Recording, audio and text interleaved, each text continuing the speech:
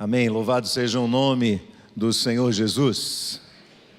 Que bom, irmãos, que nós podemos celebrar diante do nosso Deus com grande alegria e agora desfrutar da palavra do Senhor que pode preencher o nosso coração.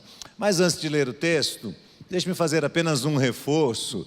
Foi dado aqui o aviso de que no próximo dia 29 e 30 nós teremos aqui a nossa conferência de família, falando sobre um assunto muito importante. Receberemos aqui o pastor Elder Cardim. Elder Cardim é uma pessoa muito conhecida no Brasil e ele é um grande expositor bíblico, um homem muito inteligente, com muita capacidade, e eu tenho certeza que Deus usará a vida dele, o conhecimento dele para impactar a igreja de forma extraordinária.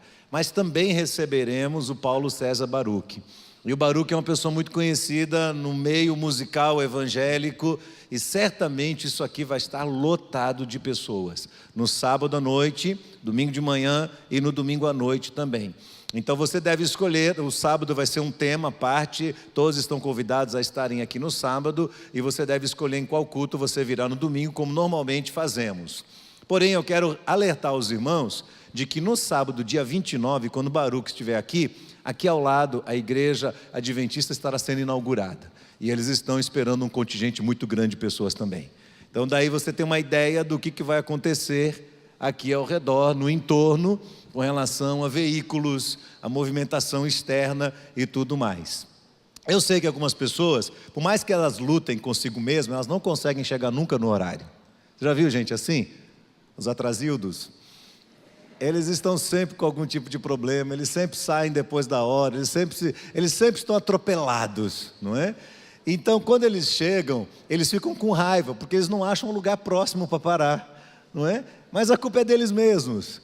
Então, eu queria exortá-los a saírem mais cedo para estarem aqui naquela programação, para que quando você chegar aqui, você encontre uma vaga. Aliás, eu queria estimular os irmãos a fazerem naquele dia o que a gente chama de carona solidária. Vocês podem, quem tem carro, coloque pelo menos 5 pessoas no seu carro. Eu disse pelo menos porque eu fui pastor de uma igreja pequena e lá havia uma senhora muito generosa que tinha um fusquinha e ela costumava buscar as pessoas em casa para trazer ao culto, e um dia eu contei saírem 13 do fusquinha.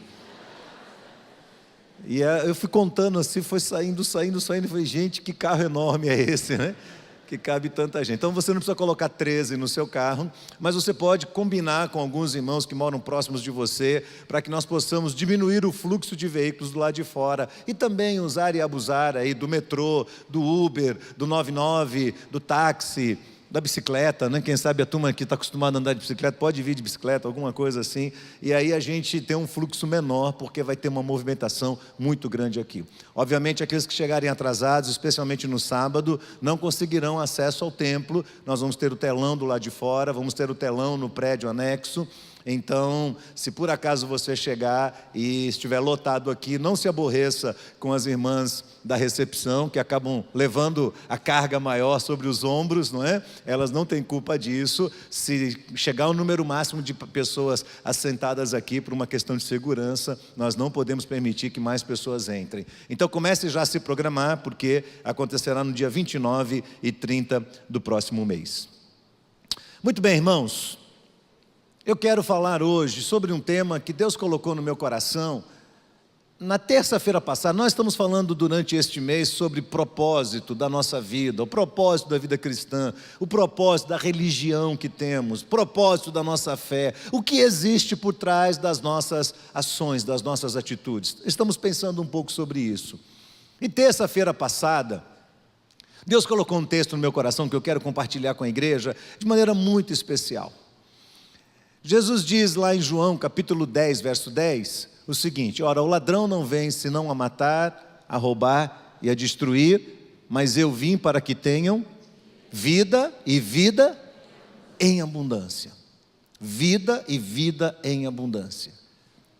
Eu quero perguntar para você hoje, quero começar a minha palavra perguntando para você: você é uma pessoa que vive ou uma pessoa que sobrevive? Essa é a sua escolha. Você vive ou sobrevive? Aí você vai dizer, não é a mesma coisa? Pense, por exemplo, numa ilha. Você pode viver numa ilha? Sim, pode. E quando eu penso em viver numa ilha, eu penso que você vai até lá, você faz uma visita, você vê como ela é, você vê quais são as dimensões, quais são as possibilidades para chegar, se você vai precisar de um barco, então você compra um barco, e você compra um gerador, e você constrói uma casa, e você planeja todas as coisas, e você pode viver, e você vai carregar tudo que você precisa para lá, e sobreviver tranquilamente, como qualquer pessoa pode viver dentro de uma ilha. Mas quando eu penso em sobreviver, aí a situação é outra. No ano de 2000, Tom Hanks foi protagonista de um filme muito interessante chamado O Náufrago. Lembra desse filme? O Náufrago foi um homem que enfrentou uma tempestade e acabou naufragando, e ele foi parar numa ilha sozinho. E aí não tem preparo nenhum. E a ilha é deserta. E quando ele chega e começa a explorar, ele percebe que ele está totalmente sozinho. E ele começa a ter que viver no limite máximo para alcançar os recursos necessários para tentar sobreviver naquele lugar. E algumas vezes a esperança dele começa a ir embora e ele se apega a alguns nichos para tentar sobreviver. Um deles é um pequeno colar que tem a foto da esposa. O outro, um pacote, uma entrega do FedEx que foi parar ali junto com ele, e ele olha para aquele pacote, de alguma maneira aquele pacote lhe estimula a sobreviver para que ele possa entregá-lo. E o outro é uma bola de vôlei, que com a mão ferida, ele coloca a mão sobre ela e o sangue dele forma naquela bola a fisionomia de alguém, e ele olha e identifica aquilo como uma pessoa, e ele chama aquela bola de Wilson. Não é o nosso Wilson aqui. E o Wilson é seu companheiro, durante todo o período que ele ali está. Wilson é um ícone da presença de alguém que está perto dele, de alguém com quem ele pode dialogar. Ele pode tentar conversar com aquele Wilson, porque aquele Wilson simboliza a presença de alguém. E ele se esforça ao máximo por sobreviver. Viver e sobreviver. Eu sei, e é verdade, que nós nunca teremos neste mundo uma vida completa, porque o mundo em que nós vivemos é incompleto. A vida é feita de altos e baixos. Nós vivemos, experimentamos tempos de alegria, tempos de abundância, tempos de vitória, tempos de provisão. Mas enfrentamos também os tempos difíceis, tempos de fracasso, tempo em que as coisas dão errado, tempos de dor, tempos de disciplina severa, tempos de correção, tempo de um tratamento de Deus sobre a nossa experiência. E não é exatamente sobre essas questões praticamente normais da vida, esses altos e baixos, que eu estou me referindo. Jesus diz que nós devemos ter vida e vida em abundância, e o que eu estou falando aqui é que quando você experimenta esta vida em abundância, você está experimentando a abundância de alegria, a abundância de plenitude, por estar vivendo dentro do seu coração em paz com Deus. Senão você estará respirando por um fio, você estará com o seu nariz para fora d'água, ali se esforçando ao máximo para tentar sobreviver. Talvez isso por causa de decisões suas lá no passado. Porque talvez você não deu atenção aos processos, conforme Deus estava lhe revelando, Deus estava clareando para você, e você não deu atenção a esses processos, e você deliberadamente começou a violar princípios, orientações claras de Deus na sua vida, e essa violação foi gerando um estado de rebelião, e hoje você está com o nariz para fora d'água, tentando respirar, tentando sobreviver. O texto que eu quero convidar você a ler comigo hoje é o livro de Neemias, no capítulo 1. Eu já li o livro de Neemias pelo menos umas 25 ou 30 vezes. Eu já estudei este livro de capa a capa. Eu já fiz exegese dele. No meu período de seminário, eu fiz toda uma monografia em cima de Neemias. Eu conheço a história de Neemias de trás para frente, de frente para trás. Eu posso contá-la totalmente para você. Mas terça-feira passada, quando eu estava no momento de oração, conversando com Deus, Deus me trouxe esse texto e eu comecei a ler esse texto e parecia que era a primeira vez na minha vida que eu estava lendo esse texto. Ele foi alimentando a minha alma, ele foi preenchendo o meu coração. Deus foi usando esse texto para falar comigo. E assim como Deus falou comigo na terça-feira, a minha expectativa é que Deus fale ao seu coração também. E Deus falando ao seu coração, você tenha a disposição e a disponibilidade de ouvir a voz de Deus, de entender a voz de Deus e de fazer exatamente o que Deus está te orientando a fazer. Pode ser assim? Amém? Livro de Neemias, no capítulo 1. Palavras de Neemias, filho de Acalias. No mês de Quisleu, 20º ano, quando eu estava na cidadela de Suzã, veio Hanani, um dos meus irmãos, com alguns homens de Judá. Então lhes perguntei a respeito dos judeus que escaparam e que sobreviveram ao exílio, e a respeito de Jerusalém. E eles me responderam, os restantes, os que sobreviveram ao exílio, se encontram lá na província, e estão como? Em grande miséria e humilhação. Preste bem atenção nisso. Eles estão em grande miséria e humilhação. As muralhas de Jerusalém continuam em ruínas. Os seus portões foram destruídos pelo fogo. Então, quando eu ouvi essas palavras, eu me sentei, chorei, lamentei por alguns dias, fiquei jejuando, orando diante do Deus dos céus, e eu disse: Senhor, Deus dos céus, Deus grande e temível, que guardas a aliança e a misericórdia para com aqueles que te amam e guardas os teus mandamentos, estejam atentos os teus ouvidos e os teus olhos abertos, para que atendas a oração do teu servo, que hoje faço diante de ti, dia e noite, pelos filhos de Israel, teus servos. Faço confissão pelos pecados dos filhos de Israel, os quais temos cometido contra ti. Eu e a casa do meu pai pecamos, temos procedido de forma totalmente corrupta contra ti, e não guardamos os mandamentos, nem os estatutos, nem os juízos que ordenaste a Moisés teu servo. Lembra-te das palavras que ordenaste a Moisés teu servo, dizendo: se vocês forem infiéis, eu os espalharei entre os povos, mas se vocês se converterem a mim, e guardarem os meus mandamentos, e os cumprirem, então, ainda que os seus desterrados estejam nos lugares mais distantes da terra, de lá os ajuntarei, e os trarei para o lugar que escolhi, para fazer habitar o meu nome. Estes ainda são teus servos, e o teu povo que resgataste com teu grande poder, e com a tua mão poderosa. Senhor, estejam atentos os teus ouvidos à oração do teu servo e à oração dos teus servos, que se agradam de temer o teu nome. Faze com que o teu servo seja bem-sucedido hoje e encontre misericórdia diante desse homem. Que oração extraordinária!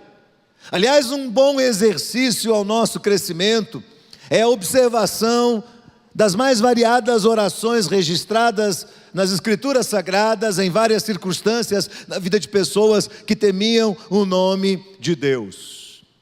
Quem é Neemias? Neemias é um homem comum. Neemias não é sacerdote, Neemias não é profeta, Neemias não é escriba, Neemias não é um fariseu, não é líder religioso, não é pastor, não é missionário, não é nada disso. Filho de Acalias, não se sabe exatamente se ele nasceu em Jerusalém, ou se quando ele nasceu, ele já estava exilado ali naquela região da Pérsia.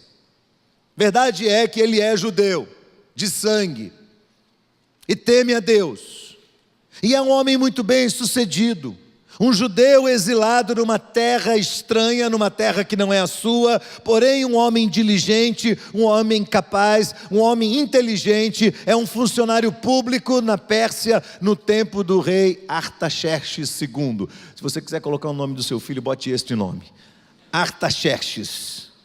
Imagina você chamando ele, Artaxerxezinho, vem cá. E Neemias é convidado a ocupar um cargo de grande confiança na casa do rei. Ele é copeiro do rei. Copeiro não é um servente. Copeiro não é um garçom. Ele é o responsável por todo o cerimonial da casa do rei. Ele é aquele que protege o rei de ter as suas iguarias, o seu alimento envenenado pelos seus inimigos. Ele tem que estar de olho em tudo que está acontecendo. Ele tem que observar todos os pontos, todos os viés, para que o rei seja bem servido, quer sozinho ou quer com suas comitivas. Então é de grande responsabilidade o que este homem está fazendo, o ofício deste homem. E ele o faz. Ele é alguém primoroso, ele é alguém que está ali e que trabalha debaixo dos requisitos necessários. Trabalha com excelência e é reconhecido por isso e cresce numa terra alheia. É o tipo de pessoa que prova que mesmo que você seja um estrangeiro, mesmo que você seja um imigrante, debaixo da graça de Deus, Deus pode fazer de você uma bênção onde quer que você esteja. Não interessa qual seja o lugar. Ali está Neemias. E Neemias está crescendo naquele lugar. Que exílio é esse? Você vai lembrar, vamos relembrar um pouquinho da história.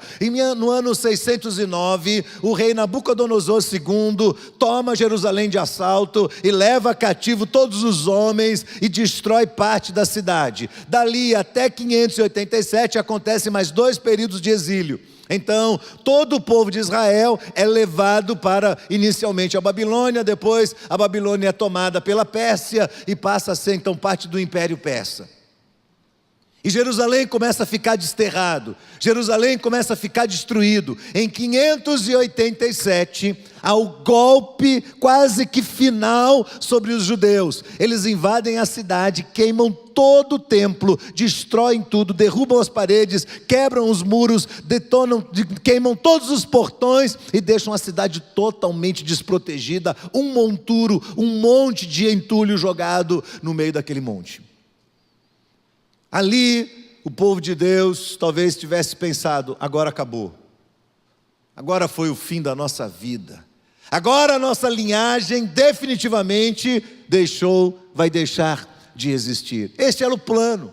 Vamos acabar com este povo. Vamos fazer com que este povo nunca mais consiga se levantar. Sabe, dá uma pausazinha aí. Eu fico pensando que às vezes nós não conseguimos reconhecer o que Deus está fazendo na nossa vida hoje. Algumas vezes eu fico pensando, meu Deus, nós temos experiências extraordinárias. O simples fato, por exemplo, de conseguir ir a um templo num domingo à noite para cultuar a Deus, é uma forte experiência na nossa vida, é ou não é? Porque você já parou para pensar que um dia esse privilégio pode ser tirado de você? Já parou para pensar nisso? Eu fico imaginando aqui quantas vezes meu pai me chamava para ir para a igreja e falava, não pai, eu não quero, eu estou com preguiça. E ele diligentemente tirava a gente e nos encaminhava ao templo. E hoje eu olho para trás e falo, quanto tempo eu perdi. Se um dia essa oportunidade for tirada. O templo era um emblema da fé. O templo era um sinal evidente da presença do Deus de Israel sobre a nação. E no instante em que o templo era atacado e totalmente destruído, o povo de Israel fica sem referência, não tem para onde ir. Onde está o seu Deus? Os gentios perguntavam, as nações questionavam, aonde está o seu Deus? Mas no ano 538, Ciro assume o governo, e ele promulgou um decreto autorizando os judeus a voltarem e a tentarem reconstruir por si só a cidade, o templo, as casas e os muros. E aí quase 50 mil judeus voltaram e vieram novamente para Jerusalém. E tentaram reconstruir as coisas, tentaram colocar uma ordem no caos, mas eles não puderam. Eles foram grandemente impedidos e afetados pelas ameaças dos seus inimigos, agora internos. Sabe por quê? Porque lá atrás Deus havia dito assim: quando eu der a terra a vocês, não se misturem com gente que não é minha. Não se envolvam, não se casem com quem não teme o meu nome. Deus falou isso claramente. O que é que o povo de Israel fez quando chegou? Se casou, abraçou, conviveu pacificamente, adotou a cultura, adotou as práticas religiosas, adotou os costumes pagãos. Pronto, o povo de Israel se misturou porque queria estar dentro da cultura deles.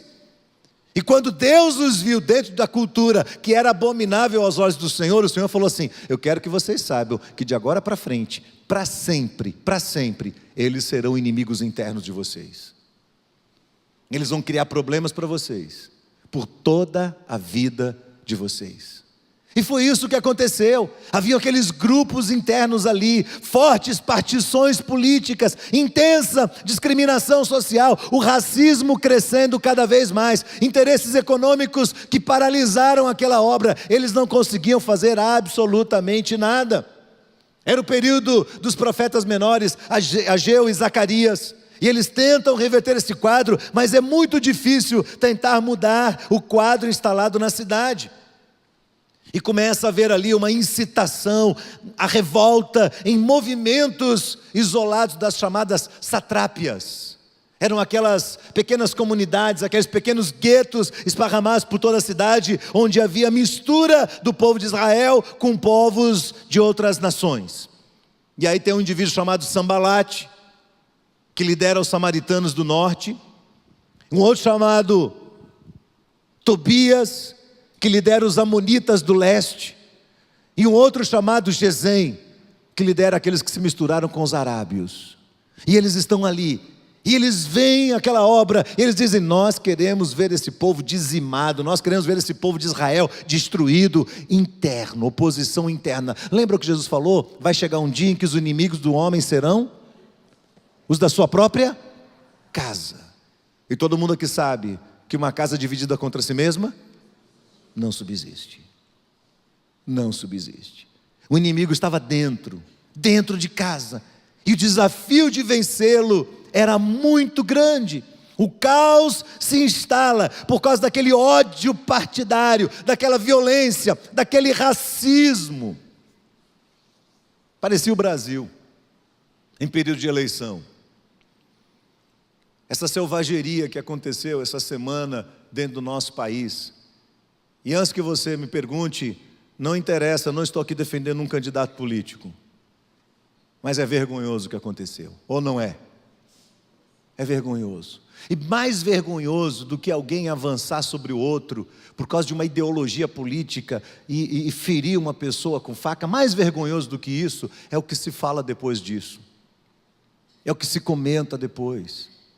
E eu digo a você que seja normal que isso aconteça do lado de fora, mas eu estranho quando esse tipo de comentário começa a invadir o lado interno da igreja e começa a ver cisão no meio da igreja, e ódio, e discussão, e uma série de confrontos, de rivalidade por causa de posturas políticas. Irmãos amados, por mais que você consiga encaixar um candidato como presidente do Brasil, seja lá quem for, ele não vai conseguir resolver os problemas dessa nação. Num toque de mágica. As propagandas políticas são temerárias. São jogos de marketing, de propaganda. É lamentável que os políticos brasileiros continuem com essa postura vergonhosa de caminhar entre as pessoas e beijar os pobres. É lamentável que isso continue acontecendo. É muito triste o rumo que essa nação está tomando, a falta de esperança no coração dos brasileiros, a evasão de divisas, pessoas indo embora do país o tempo todo, pessoas que poderiam estar produzindo aqui, grandes empresários que poderiam estar investindo na nação. Todo mundo está se abstendo de fazê-lo, porque não confia no que vem aí pela frente. Um caos instalado. Era assim que estava Jerusalém, e muito pior, a cidade toda destruída, os que ali estavam passando necessidade, passando fome. No ano de 474, um dos auxiliares do rei, um indivíduo chamado Ramã, planejou a destruição total de todos os judeus do Império Persa. E ele era muito sagaz, então ele trabalhou ali por trás dos bastidores, até que pudesse ser promulgado um decreto em que haveria um verdadeiro genocídio dos judeus. E esse genocídio foi marcado para o mês de agosto do ano 473 a.C. Todos vão ser destruídos. Mas Deus usa uma jovem judia, cujo nome era Ester. E Ester se casa com o rei Assuero. Mas ela tem medo de apresentar-se a ele, porque naquela época, se uma mulher do rei se apresentasse sem ser chamada, e ele não estendesse o cetro na direção dela, imediatamente ela seria morta. E aí um primo dela, que é Mordecai ou Mardoqueu, diz: você precisa falar com ele. Ela diz: se eu for eu posso morrer. E ele diz: olha, tente conversar com ele, a armadilha está aí, toda a nação vai perecer, e quem sabe é você que vai ser usada para isso. Então ela diz: olha, eu não sei o que vai acontecer, mas eu vou entrar na presença do rei, e se eu morrer, morri, mas se eu não morrer, quem sabe haja livramento do Senhor. E corajosamente aquela jovem vai e entra na presença do rei, e pela misericórdia de Deus ela é aceita, e conta e relata o que estava acontecendo, e o rei fica revoltado, porque percebe a grande armadilha em que ele mesmo estava caindo, e aí impede o genocídio, e ordena que Ramã seja morto. E a morte de Ramã é interessante, porque ele havia preparado uma forca para matar os judeus. Quem foi o primeiro a ser enforcado?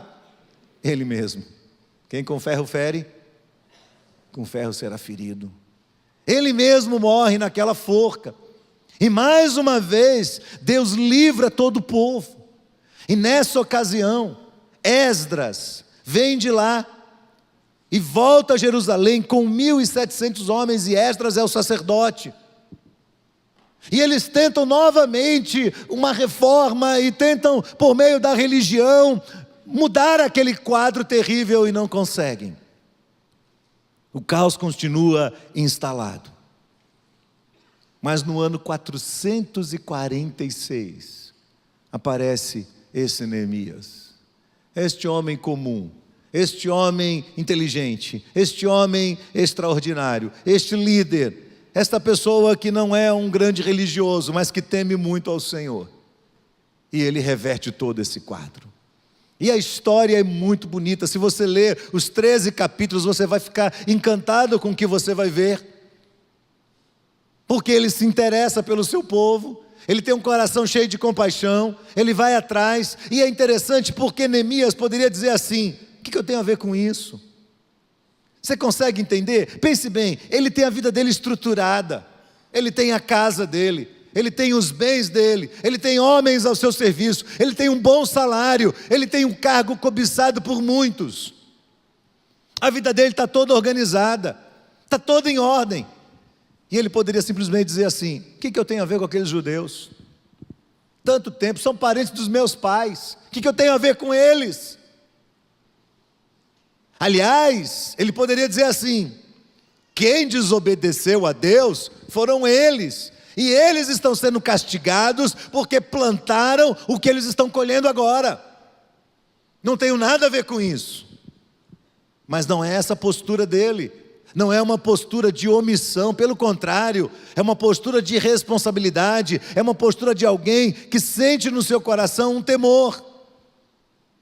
E ele vai e toma uma atitude, e começa a reverter esse quadro, e você sabe bem o que acontece. Ele consegue autorização, ele vai até Jerusalém, ele começa um processo de mobilização, ele traça um plano estratégico, e ele mobiliza as equipes, e ele coloca cada uma das equipes em pontos chaves, e ele levanta material, e em 52 dias, ele consegue restaurar todos os muros de Jerusalém. Que coisa extraordinária este homem faz!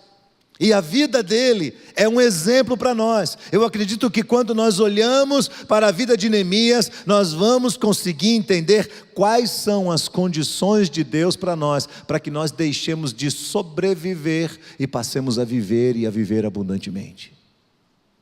O que é que você quer de sua vida? Você pode ser uma daquelas pessoas que diz assim: eu tenho Jesus. Eu abracei a fé cristã, eu recebi a Cristo, então eu sou um salvo. Ótimo. E daí? Eu vou para o céu. Ótimo. E daí? E aí eu vou vivendo minha vida aqui, eu vou sobrevivendo até acabar isso aqui. Vou com o nariz do lado de fora da água, quase me afogando. Ali entre morrer e sobreviver, eu vou caminhando. Assim a vida toda? Assim você vai ficar a vida inteira? Foi para isso que você veio nesse mundo? Para isso que nós viemos? Jesus diz: não foi para isso. Eu vim aqui para dar vida a vocês, e vida em abundância. É uma vida diferente, é uma vida de plenitude, é uma vida de alegria, é uma vida de vitória em Cristo Jesus. Eu não estou dizendo que é uma vida sem problemas, eu não estou dizendo que é uma vida sem guerras. O que eu estou dizendo é que mesmo no meio da guerra e das dificuldades, o seu coração se mantém em paz. Alguma coisa diferente está acontecendo dentro de você. Você não está sobrevivendo, você está vivendo. O que é que alimenta esta vida em abundância dentro do coração de Neemias? Algumas características. Primeiro, Neemias tem a humildade de reconhecer o seu estado de miséria. Ele tem coragem e humildade para reconhecer o estado de miséria de toda a sua nação. Tão diferente das pessoas que estão o tempo todo defendendo uma imagem, não é? Nós não vivemos na época da imagem, nós não vivemos na época que as pessoas estão o tempo todo mostrando, se apresentando à sociedade como vitoriosas. Olhe para mim, emagreci 2 quilos. Olhe para mim, fiz um tratamento novo no cabelo. Olhe para mim, estou feliz passeando num lugar famoso. Olhe para mim.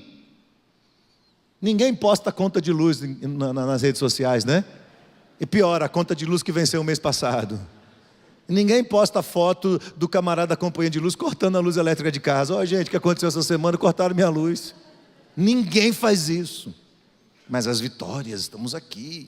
Olhe para a minha vida. Mentira, capa, aparência. Você sabe disso.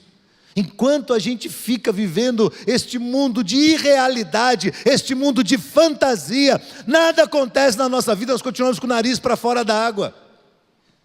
Não é uma vida verdadeira, é uma vida falsa, não há uma realidade nisso, é mentira.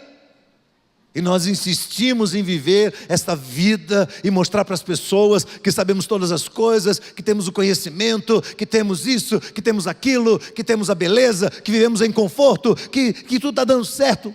Não é verdade. Não é verdade.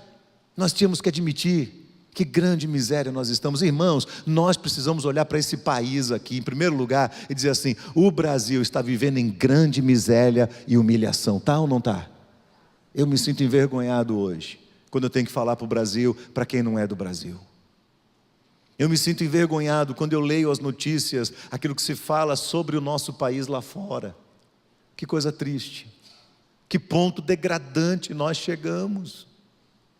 Que ponto terrível nós chegamos. Não, a nossa vida não é perfeita. Senhores e senhoras, a nossa vida não é este circo promulgado nas redes sociais. A situação é mais complexa, a situação é mais profunda, e nós temos que admitir isso. É o primeiro ponto, é o reconhecimento. Salomão diz assim em Provérbios 28:13: o que encobre suas transgressões jamais prosperará, mas o que as confessa e deixa alcançará misericórdia. Enquanto a gente fica querendo tapear, maquiar as circunstâncias, a gente não vai para lugar nenhum. Admita, você fracassou. Admita isso, você fracassou. Admita, deu errado. Admita, você caiu num pecado. Admita, você violou princípios de Deus lá atrás. Não é errado admitir onde nós erramos. E aí vem o segundo ponto importante na vida dele, é quando a gente assume o erro e o confessa. A oração de Neemias é extraordinária, porque Neemias diz aqui no verso 6, eu faço confissão dos pecados dos filhos de Israel. Olha o que ele diz, os quais temos cometido contra ti. Espera aí, Neemias, você não vive em Jerusalém há muitos anos, você talvez tenha ido para lá ainda bebê. Como é que você está dizendo que a culpa é sua? Você não foi aquela parte daquele povo que desobedeceu a Deus, que desonrou a Deus, casando com as nações inimigas. Mas ele diz, eu sou culpado também. Eu faço parte disso. Eu me omiti, eu também me calei. Eu faço parte disso. Eu e a casa do meu pai pecamos. De quem é a culpa? Quando você está vivendo, respirando, quase se afogando, você olha e diz, a culpa é da minha esposa.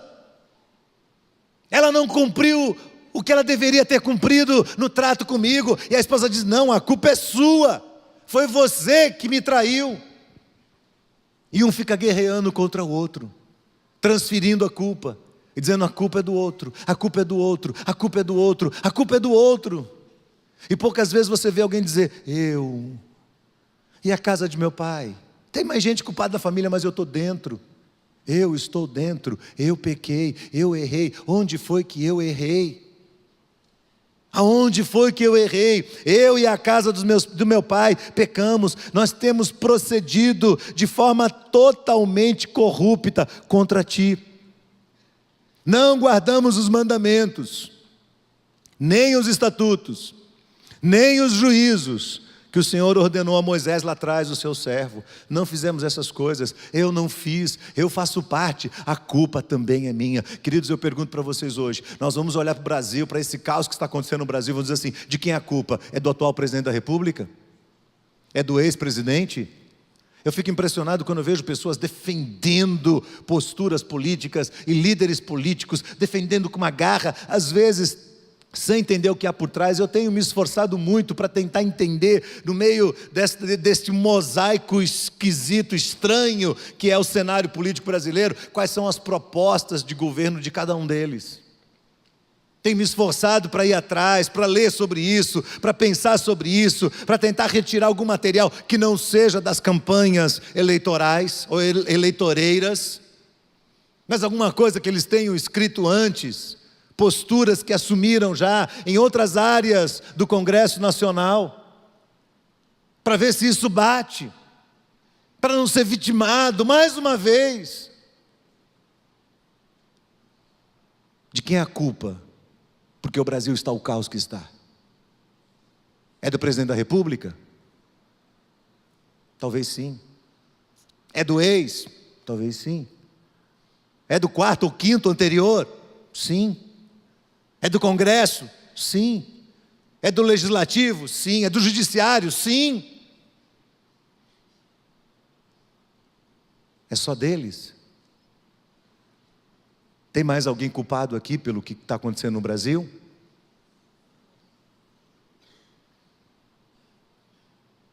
Você vai dizer aí, eu não sou. Quantas vezes você se viu chorando diante de Deus por essa nação? Quantas vezes você diz, Deus, eu quero aqui me humilhar diante do Senhor por causa do que está acontecendo nesse país. É inadmissível, Senhor.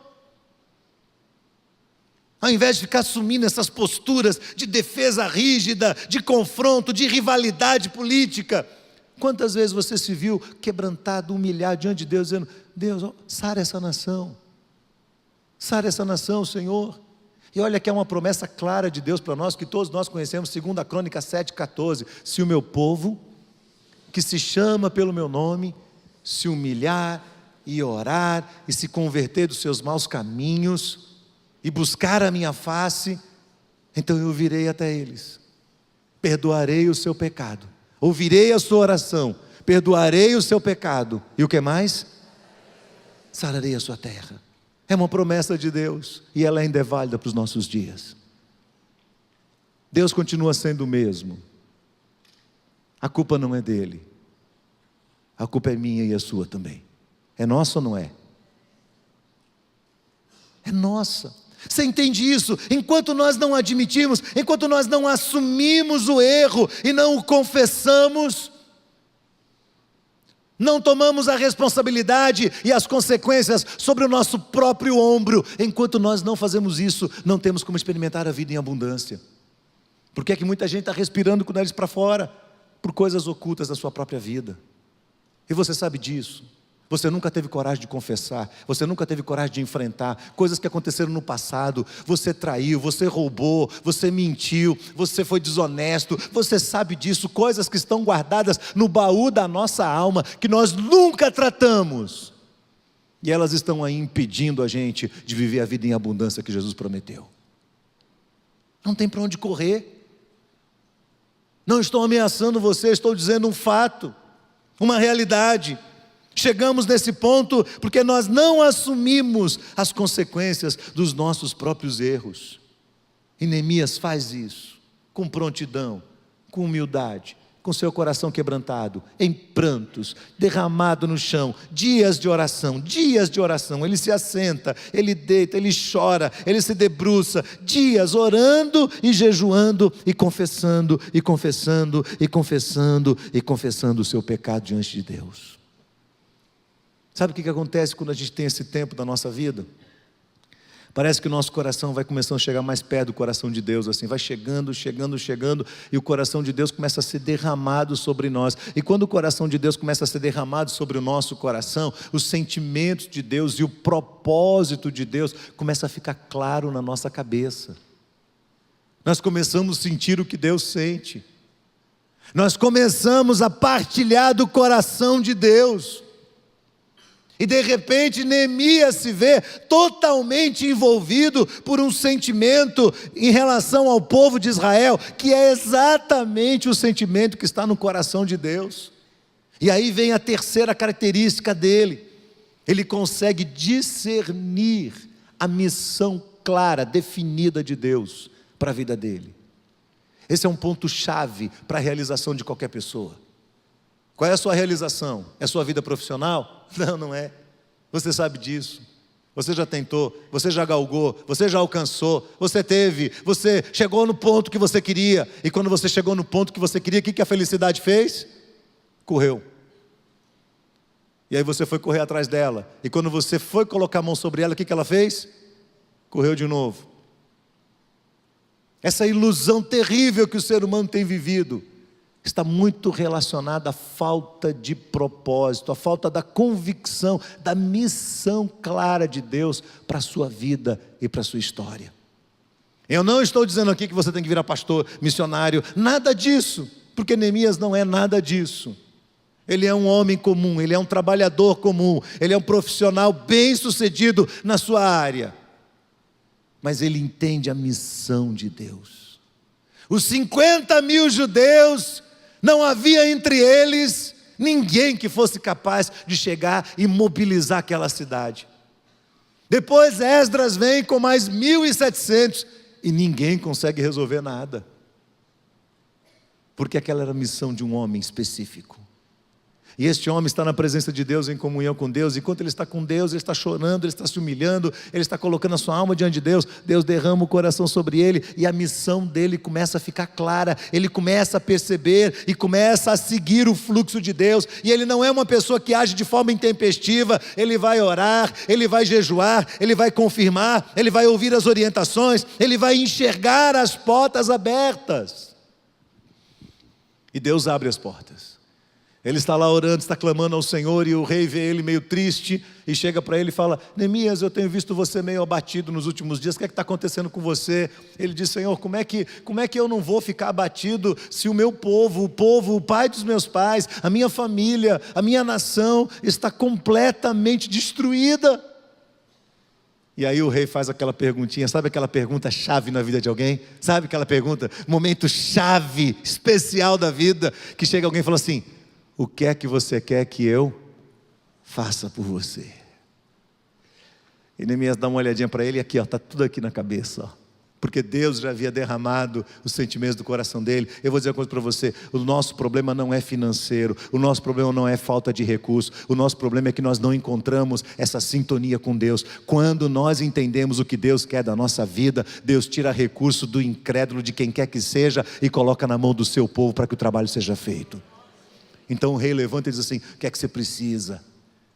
Ele fala: primeira coisa, eu preciso de uma licença, de preferência remunerada. Não, isso é eu que estou falando isso.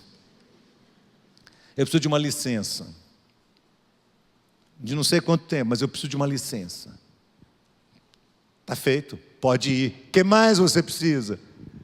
Eu preciso de cartas para atravessar as fronteiras. Eu vou atravessar com muito material.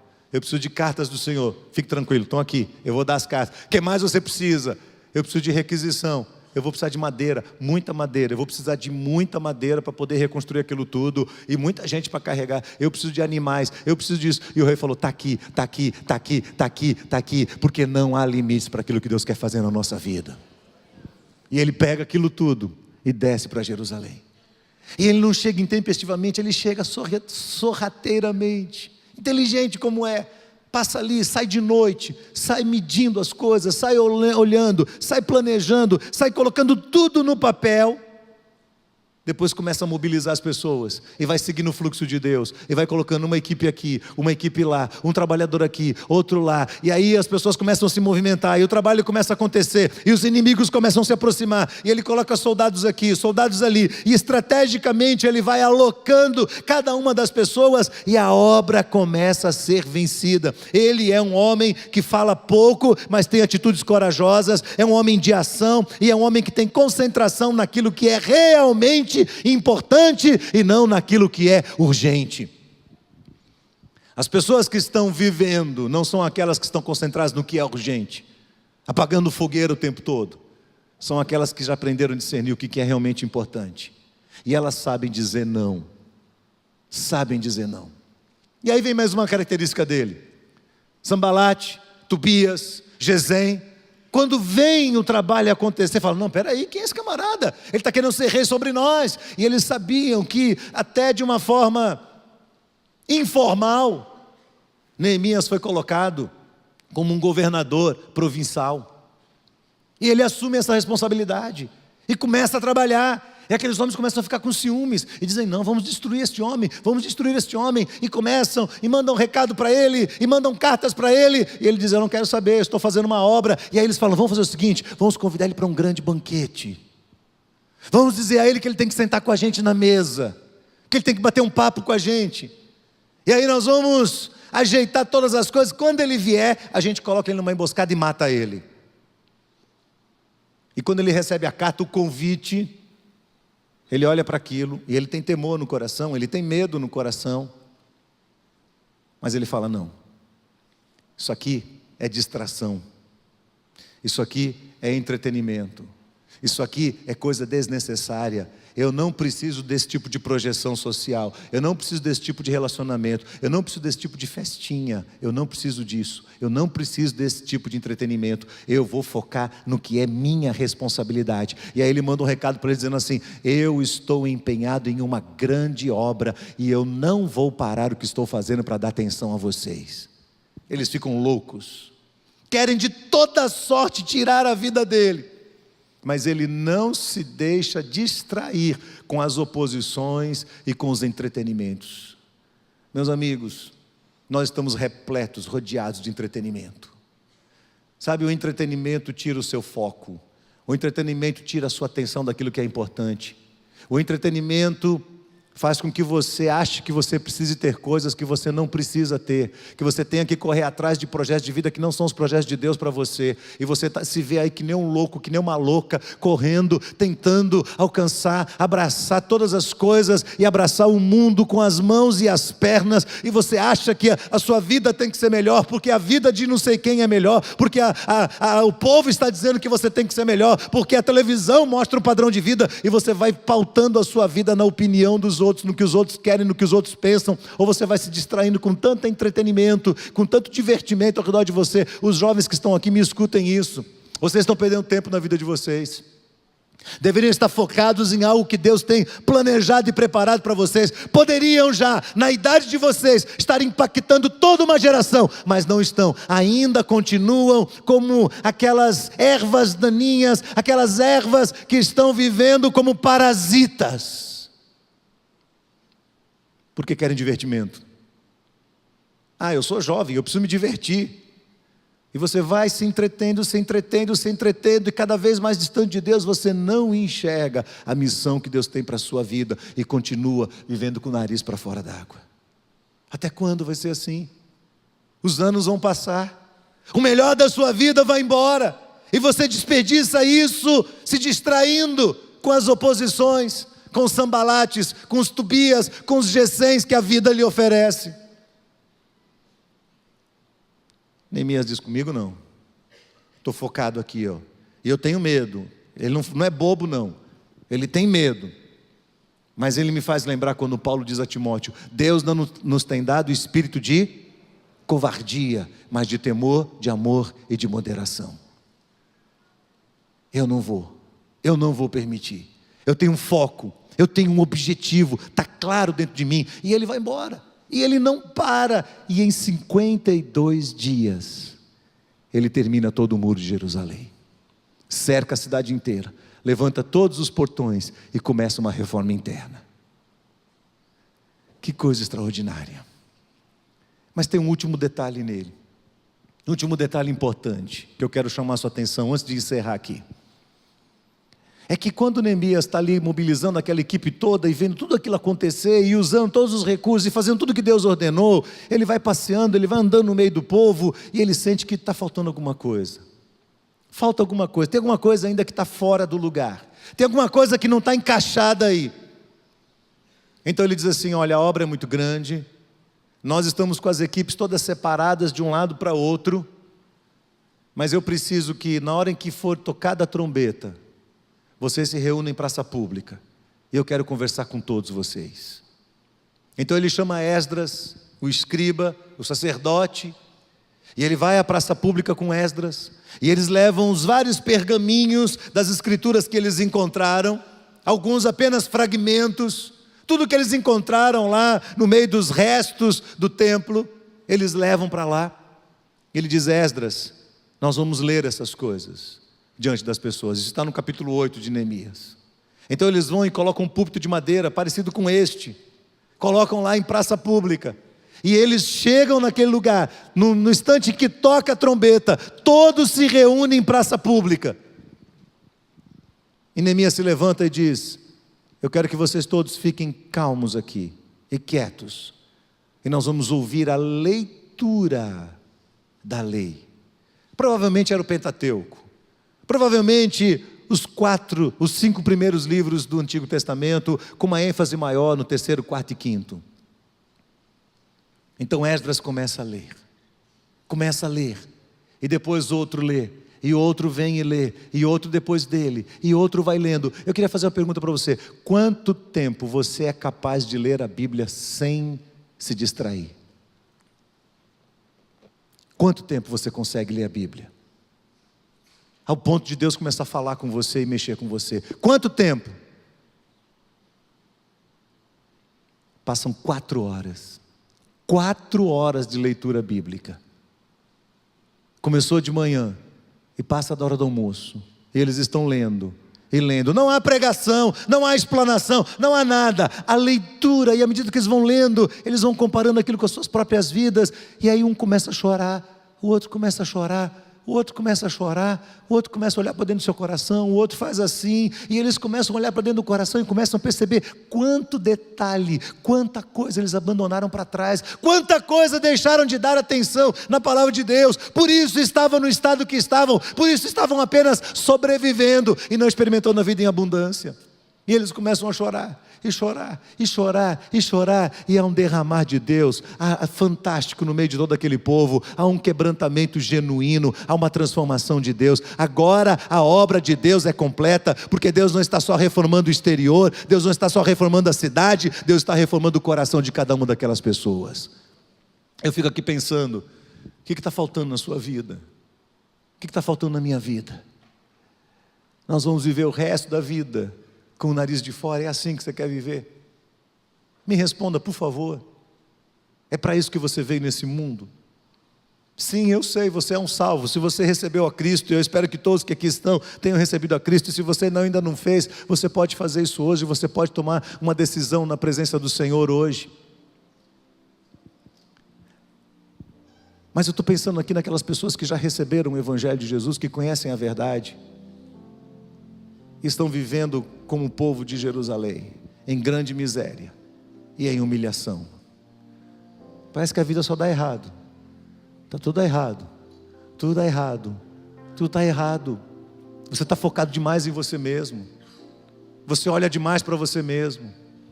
Você ainda não derramou seu coração diante de Deus como Neemias fez. Você ainda não chorou diante do Senhor. Você ainda não quebrantou seu coração. Você ainda não se arrependeu. Você ainda não assumiu corajosamente os seus próprios erros. Você continua culpando as pessoas. Você continua jogando a culpa diante dos outros e dizendo: a culpa é sua, a culpa é sua. Todo o meu fracasso, tudo está acontecendo comigo, é culpa desse, é culpa daquele. E você fica transferindo o tempo todo a culpa, quando o Senhor diz: que horas você vai começar a assumir responsabilidade? Que horas da sua vida você vai parar e vai dizer: eu sou responsável por isso.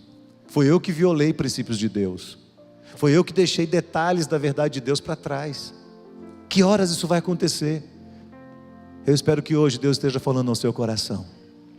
Eu espero que hoje você se permita ser quebrantado pelo Senhor de uma forma extraordinária, talvez como nunca tenha acontecido em toda a sua história. E você diga: Senhor, é comigo que o Senhor está falando. E eu quero dar uma resposta ao Senhor hoje. Eu quero fazer como Neemias. Eu quero quebrantar o meu coração. Eu não quero me distrair. Eu quero reconhecer o meu estado de miséria. Eu quero assumir meu próprio erro. Eu quero sentir o teu coração. Eu quero perceber a missão do Senhor para a minha vida aqui na face da terra, Senhor. Para que você veio aqui? Fala para mim. Qual o propósito da sua vida? Trabalhar que nem um louco, que nem uma louca? É isso? Ganhar dinheiro? Casar? Ter um filho? Lutar para poder pagar os estudos do seu filho e formar ele ou ela? Esse é o seu propósito de vida? Se aposentar, sentar numa poltrona, ficar com o controle remoto na mão, passando filme, até o último dia, o último suspiro? Pelo amor de Deus, não faça isso. Você está desperdiçando sua vida. Não importa que idade você tem, Deus pode usar a sua vida de uma forma extraordinária. Deus quer usar você. Você acredita que Deus quer usar você? Deus quer usar você. Ele tem uma missão preparada para você. Uma missão clara de Deus. Nós temos tantos jovens aqui hoje à noite. Eu fico pensando: meu Deus, que coisa extraordinária o Senhor pode fazer nesse Brasil. Você já imaginou se no meio desse grupo todo que está aqui hoje estiver aí pelo menos uns 4 ou 5 ou 6 Neemias? Você já imaginou que revolução nós vamos fazer nessa cidade e nesse país? Você já imaginou isso? Você pode ser um deles. Você pode ser um deles. Não interessa se é um homem, se é uma mulher, se é um jovem, se é uma pessoa de idade. Você pode agir como Neemias agiu. O que está faltando? Um amor pela palavra de Deus. Pegar o pergaminho sagrado, abri-lo e ler, e ler, e ler, e ler, e deixar-se contagiar pela verdade de Deus, e deixar que Deus revele quanta coisa tem que ser tratada dentro da sua alma. Por que nós vamos viver uma vida de proporção inferior ao que Jesus propôs para nós? Por quê?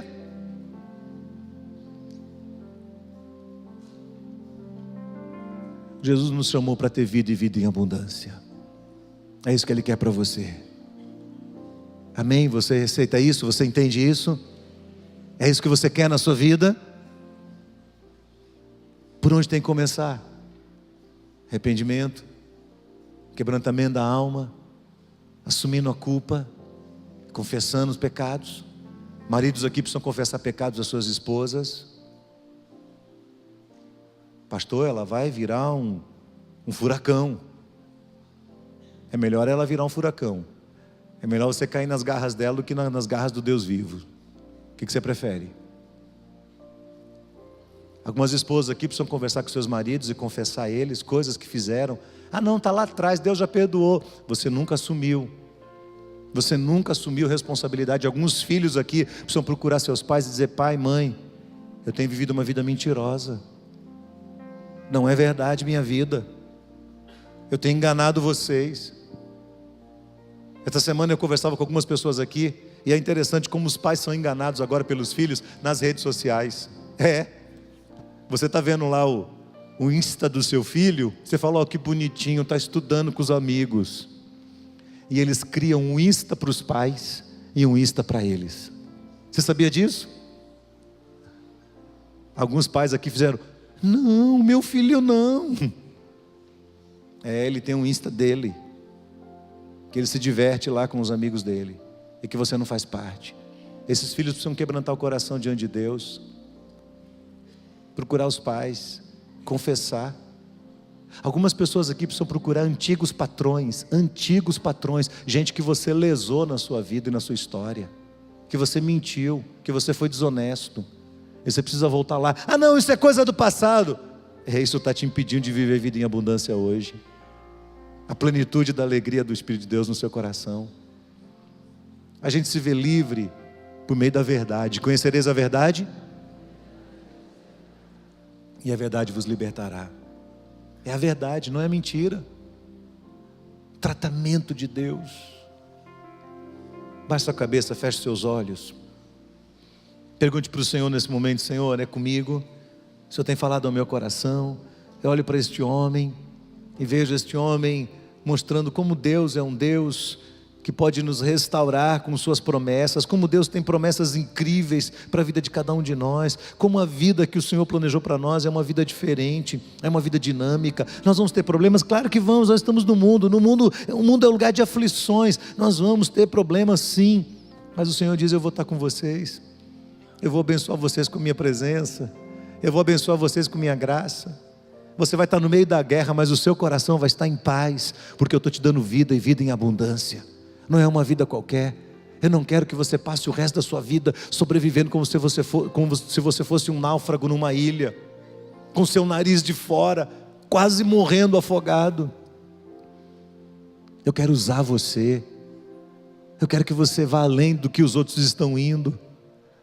Eu quero que a sua vida seja usada com poder e autoridade. Por favor, não admita menos do que isso. Não admita no seu coração. Você vai sair daqui, você vai ser tentado por um monte de Geséis, de Tobias, de Sanbalates, a esquecer essa mensagem e a dizer, não é comigo, Deus não vai me usar, isso não vai acontecer. E eu digo para você, Deus não nos tem dado espírito de covardia.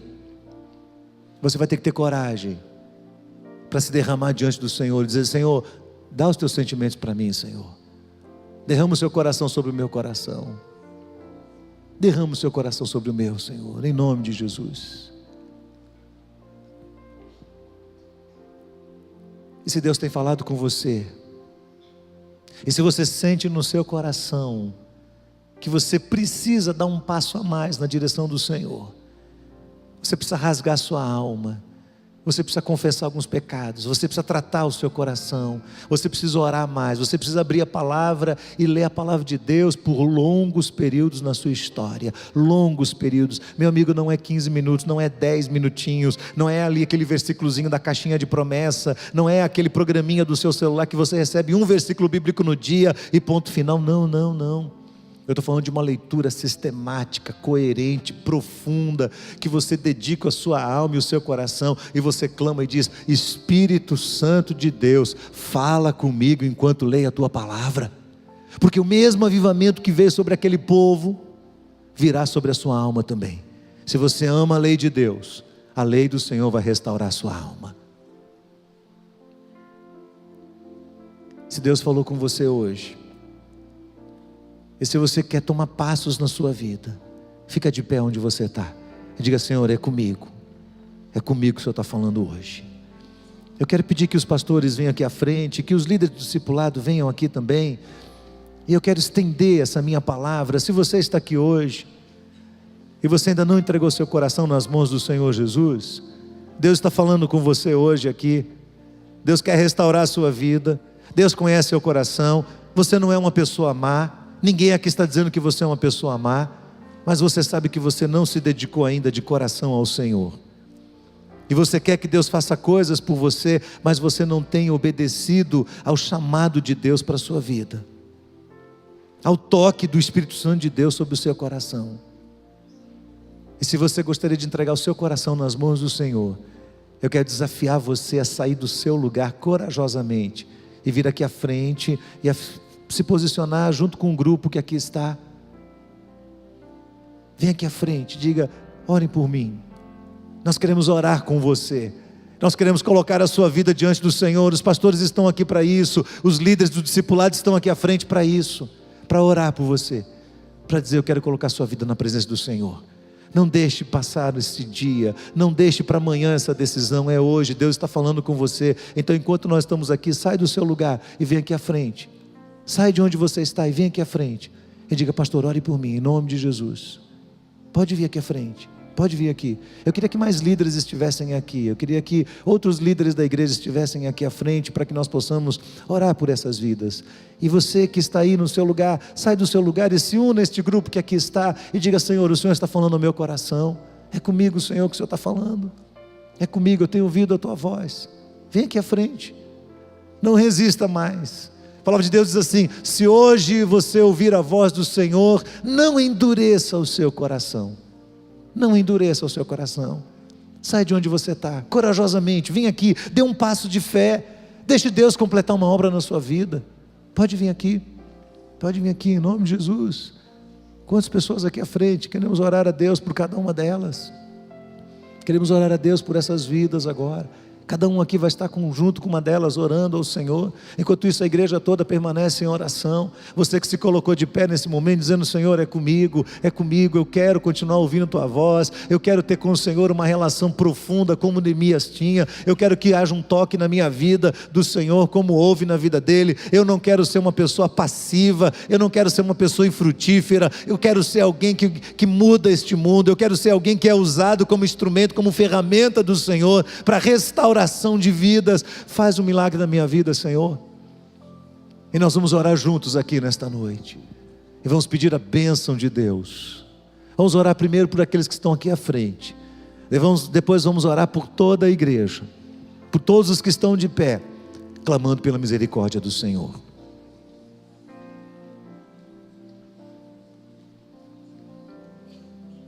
Senhor, nós queremos exaltar o teu nome neste momento, Senhor, porque a tua palavra semeada jamais voltará vazia. Nós queremos exaltar o teu nome por cada vida que está aqui neste momento, Senhor, por pessoas que vieram aqui à frente, cujas vidas talvez estejam arrebentadas, pessoas que carecem da tua misericórdia, da tua graça, do teu perdão, de uma intervenção do Senhor, da cura do Senhor sobre os seus corpos físicos, mas também sobre a mente, sobre o coração. Senhor, alguns deles talvez se sintam oprimidos, escravizados, e hoje nós suplicamos ao Senhor que todas as cadeias sejam rompidas em nome de Jesus, que haja libertação destas vidas para a glória e honra do teu nome, Senhor, que elas se entreguem sem reservas ao Senhor e possam desfrutar desta bênção que é ser filho de Deus, andar na tua presença, ter comunhão com o Senhor. Ó Deus, que o Senhor possa satisfazer estas almas famintas do Senhor, que os seus corações estejam completamente derramados na presença do Senhor, que elas experimentem a graça de vida abundante, Senhor, esta vida especial que o Senhor prometeu a cada um de nós, que elas não sejam vitimadas pelo ladrão que vem roubar, matar e destruir, mas que recebam vida e vida em abundância. Toma cada uma dessas vidas nas tuas mãos. Aqueles que hoje estão entregando o coração ao Senhor, que seja uma decisão definitiva, Senhor, que esta noite seja um marco histórico, que haja uma transformação do Senhor, que os pecados do passado sejam perdoados em nome de Jesus, lavados pelo sangue de Cristo Jesus. E nós pedimos ao Senhor que os seus nomes sejam escritos no livro da vida, para que no dia em que todos nós formos prestar contas da nossa vida diante do Senhor, ali naquele livro esteja o nome de cada um deles, lavados e remidos pelo sangue do Cordeiro de Deus. Senhor, eu oro por toda a igreja, por aqueles que de pé estão dizendo para o Senhor: é comigo, Senhor. Senhor, quantas vezes nós deixamos de experimentar a vida em abundância que o Senhor nos tem dado? Quantas vezes nós esquecemos princípios e valores do Senhor, violamos, atropelamos, passamos por cima, porque nós queremos a aprovação das pessoas, porque nós queremos um posicionamento na sociedade, porque nós queremos ser iguais aos iguais, porque nós não queremos ser rejeitados pelas pessoas, porque não queremos ser considerados gente talvez não tão inteligente e de segunda categoria, e nós trocamos a tua verdade por migalhas, e hoje nos arrependemos e dizemos: ó, quão tolos nós temos sido, Senhor. E nós confessamos ao Senhor: transforma a nossa vida e o nosso coração. Dá-nos um amor pela Tua palavra, Senhor. Dá-nos um amor pelo Senhor. Derrama o nosso coração diante do Senhor. Que nós tenhamos coragem de assumir as consequências do nosso próprio fracasso, os erros que nós cometemos no passado. Que nós possamos confessar essas coisas uma a uma, tratar no nosso coração tudo aquilo que está nos impedindo de viver a vida em abundância. Ó Deus, eu peço ao Senhor, o Senhor nos deu essa palavra, então eu clamo ao Senhor, que a partir desta noite, o Senhor comece uma revolução entre nós, Pai. Mas uma revolução tão extraordinária, que esta cidade venha conhecer o que o Senhor está fazendo aqui, Senhor. Nós cremos nisso e colocamos a vida de cada pessoa que está aqui na presença do Senhor. Te exaltamos pela Tua palavra, agradecemos ao Senhor, porque a palavra viva, poderosa, como espada de dois gumes, que penetra o nosso coração, que nos ajuda a discernir o nosso próprio pensamento, as intenções do nosso coração, que nos faz conhecer quem o Senhor é, o Teu propósito para nós, e nos faz viver em novidade de vida. Que amemos a Tua palavra, que amemos a Tua palavra, que o nosso coração ame a Tua palavra, Senhor, porque nós sabemos que o nosso amor pelo Senhor jamais será maior do que o amor que nós temos pela Tua verdade. Então nos ajuda a amar a Tua verdade de todo o coração e obedecer a Tua palavra. Abençoa cada pessoa que está aqui nesta noite. Abençoa cada um que está tendo acesso a este culto através da internet. Sobre a vida de cada um a graça do Senhor, Pai. Que recebam graça abundante do céu sobre as suas vidas. Que recebam a cura do Senhor. Que recebam a ação poderosa e eficaz do Teu Espírito sobre as suas vidas. Restaura famílias nesta noite, Senhor. Que haja um milagre do Senhor sobre a vida de cada um que aqui está. O Senhor conhece os anseios do coração de cada um. Que haja cura e transformação do Senhor sobre a vida de todo o Teu povo. Que o amor de Deus, o nosso Pai Celestial, a graça infinita de Jesus Cristo, o nosso fiel Salvador, e a plenitude e o poder do Espírito Santo de Deus, seja derramado sobre todos, para a glória do Senhor, em nome de Jesus. Amém, amém, amém, amém. Deus abençoe você. Deus abençoe toda a sua casa e toda a sua família, em nome de Jesus. Uma semana de paz para todos. Vamos em paz, em nome de Jesus.